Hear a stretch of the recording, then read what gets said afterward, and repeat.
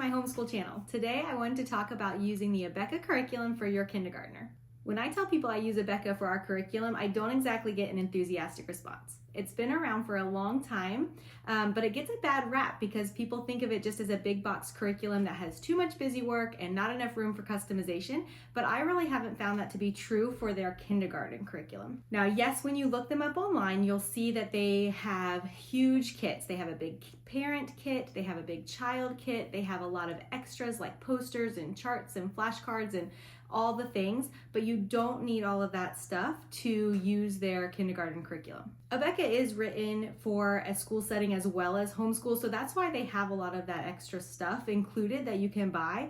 But if you choose to use Abeka for your kindergarten curriculum, it doesn't mean that you're choosing for your homeschool to look like a traditional school setting or to look like how they might use the curriculum in a school setting. Before I kind of dive in further into how we use the curriculum, I do want to just say that I do not subscribe to the unschooling style of homeschooling. That's not the category that I would put our homeschooling in. Yes, I value organic learning, child-led learning, the freedom to dive deeper into subjects of interest. I value living books and outdoor time and free play and nature and all those wonderful, beautiful things that you can include in your homeschool. But I also think that there's a time and a place for intentional parent-led learning and even bookwork. So we combine, I think, both styles in our family homeschool, and I value the structure and I value the freedom. So I try to marry both, and that's why I like using Abeka for core subjects like language and math and even some handwriting. Okay, so back to the kindergarten curriculum. Why did I choose Abeka? I think Abeka has a simple but solid phonics program. I've used their kindergarten program to teach my two oldest girls to read fairly easily using their program, which is just basically the lessons that you find in their lesson plan book and their letters and sounds workbook, and then their handbook for reading that is in addition to their curriculum. I also think it does a good job of introducing number sense and building some good number sense. So I like the way that it teaches counting, skip counting, introducing addition and subtraction, and introducing money and how to tell time. Since I told you you don't need those huge parent kits, what do you need for their curriculum? Well, the only thing that I use when I use their program for kindergarten is the lesson plan book, and then I'll use their letters and sounds book, the numbers book. I use their handwriting book, but I think that you could do without that and do your own handwriting if you felt you wanted to, or skip it if you're not ready for your kindergartner to do handwriting. And then I use their handbook for reading. So let's take a look inside of the lesson plan book. This book has each lesson broken into sections. It shows you how to teach the phonics section, the handwriting section, and the numbers section. Sometimes it has you write out words or math problems on the board, and sometimes it has you gather manipulatives for the lessons, but it tells you everything you're going to need right up front so you have a chance to get that prepared. It then goes on to show you exactly what you can say to teach the lesson. This was really helpful for me for the first year of teaching because I wanted to make sure that I was introducing the concepts clearly for my daughter and not making things confusing, so it was super helpful to have a script to follow. Since then, I've become a little bit more confident in my teaching style, and I found with my second daughter, the second time through this program, I'm not using the script as much, but it is still helpful on days when I'm busy and I don't really have time to prepare for the lesson as much or look over it as thoroughly, that what to say is already written right there and I can kind of just open it up and go. After the teaching portion of the lesson, after that one-on-one instruction time, then they'll give you a page number for the corresponding page for the workbook.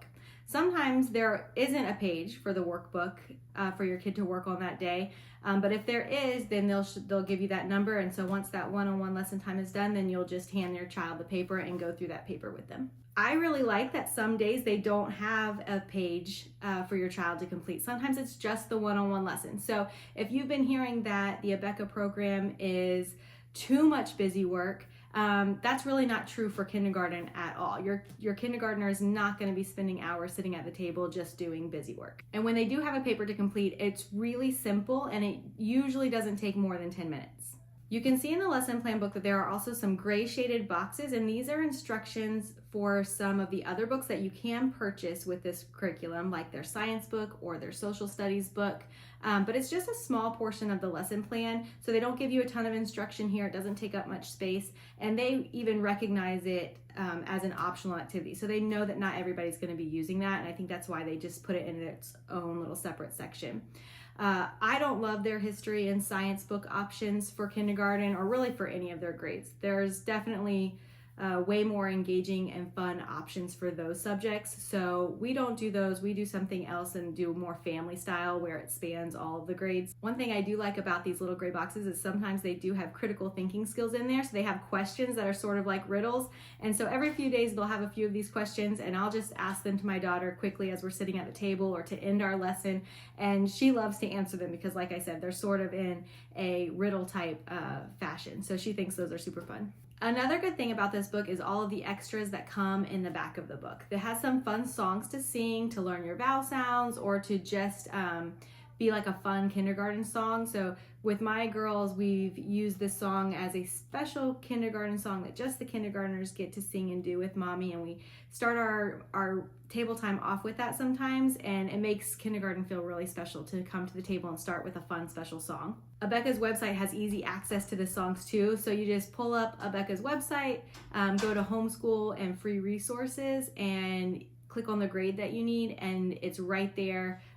You can pull it up and listen to the song. You don't have to create an account or anything. It's just there for anybody, which I think is really helpful. The book also has a lot of poems in the back which are fun to memorize, or some that just go along with the lesson. I'll usually pick a handful for my kindergartner to memorize over the course of the year and work on to build her memory skills up, but some of them are just fun to read to go along with the lessons.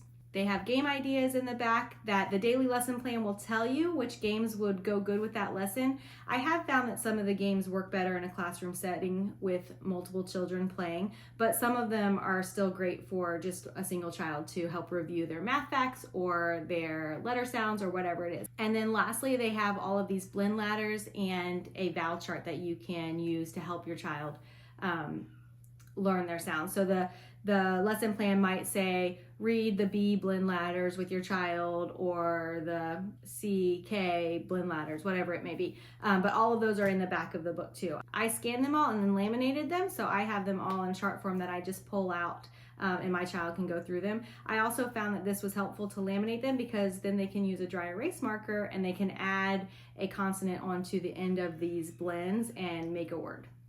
Okay, so here's a look at what the books look like. This is the letters and sounds book, and then this is the numbers book. And let's take a look on the inside and see what the pages are like.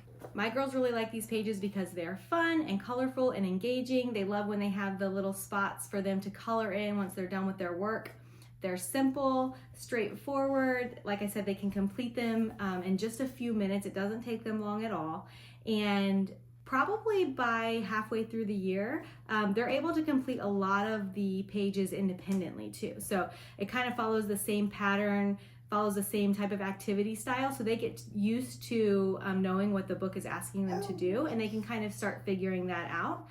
So just it takes a simple instruction and then they can work on it independently for a few minutes. Is really helpful when you're homeschooling with multiple children. So it gives me a chance to check in with the toddler or to check in with my older one who's sitting across the table doing some work.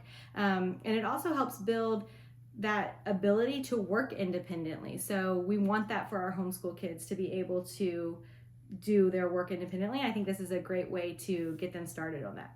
Occasionally, if my kid is feeling done after the one-on-one portion of the lesson, then we can skip the pages for that day, or I may just choose a couple of things from the page for them to do. And I think that's really important to keep in mind when you're choosing any curriculum. No curriculum is perfect. Every curriculum is going to have its ups and downs or things you like or don't like about it. So it's important to know whenever you're choosing something that you have the freedom to make it work for you. So if you have a page where you think this is too much, we've already done this, or we worked on this on the chalkboard, so we don't really need to do it again on the page, then you have the freedom to just cross that out for the day and not worry about it. So that's what I do if I feel like the busy work is getting to be a little too much. And I feel like that would be the same in any curriculum that I chose. And then lastly, this is the handbook for reading that I've used to teach both of my girls how to read. It's a little independent of their curriculum. Their lesson plan doesn't necessarily tell you which page to read that goes along with the lesson. But as you go through it, you'll see that you can easily find the letter that you've been working on in your lesson plans, and then have your child read those words or those blend sounds. So this is, again, it's really simple and straightforward. It doesn't have a lot of bells and whistles. It doesn't have a lot of tips and tricks necessarily on how to teach your kid how to read, but it is just a simple basic phonics program that have worked well for both of my girls. And both of my girls are completely different types of learners, completely different personalities, but I found that basic phonics has worked for both of them. Kindergarten in our home involves being involved in our morning basket time, being involved in our history and our science lessons in an age-appropriate way, lots of playtime, lots of free time, lots of fun, and then also their core subjects like writing, language, read-alouds, and their numbers from the Abeka curriculum. The core subject part, that is the Abeka curriculum, happens at the table, and it usually takes only about 30 minutes to complete. Using the kindergarten Abeka curriculum does not mean that they're sitting at the table for hours on end. It leaves them lots of time in the day to play, and be involved in other styles of family learning. My second is just 2 months away from finishing kindergarten, and I have found that both of my girls, after finishing kindergarten with the Abeka curriculum books, have finished kindergarten knowing how to read simple words and simple sentences, and being able to count, skip count by 5, skip count by 10s, know how to do simple addition and subtraction, understand the basics of telling time to the hour and the half hour, and also have a beginning sense of how to use coins and money. So I've been really happy with the results of using this program. I'll be transparent and say I'm not an Abeka enthusiast. I don't plan on using their curriculum for the higher elementary grades. I've used their curriculum for the core subjects like math and language for kindergarten, first, second, and third grade. So my oldest daughter is about to finish third grade, and I've used it for her all the way through. And I have noticed as we're getting into these higher ages that the busy work is increasing. There's a lot of times when I'll look at her pages and think she doesn't need to do that, and cross some stuff out that it just seems overly repetitive. But she has really enjoyed it up to this point, and she has a good grasp of all of the concepts that we've learned so far using their textbooks. I really like it for early elementary ages. If you're interested in using the Abeka curriculum for your kindergarten, don't be discouraged by all the naysayers out there. You can definitely use this program for your kindergartner, customize it to your homeschool day and your homeschool style, and give your kids a great foundation for the rest of their elementary education. So that's my quick overview of using Abeka for your kindergarten curriculum. If you've used Abeka before, I'd love to hear about it in the comments. I'd love to know what your experience was, what you thought, what you liked or didn't like. And if you have any questions about using it, let me know, because I'd love to help any way that I can. I'd love it if you liked this video and subscribe to my channel. That helps me know if this video was helpful and what kind of videos I can make in the future.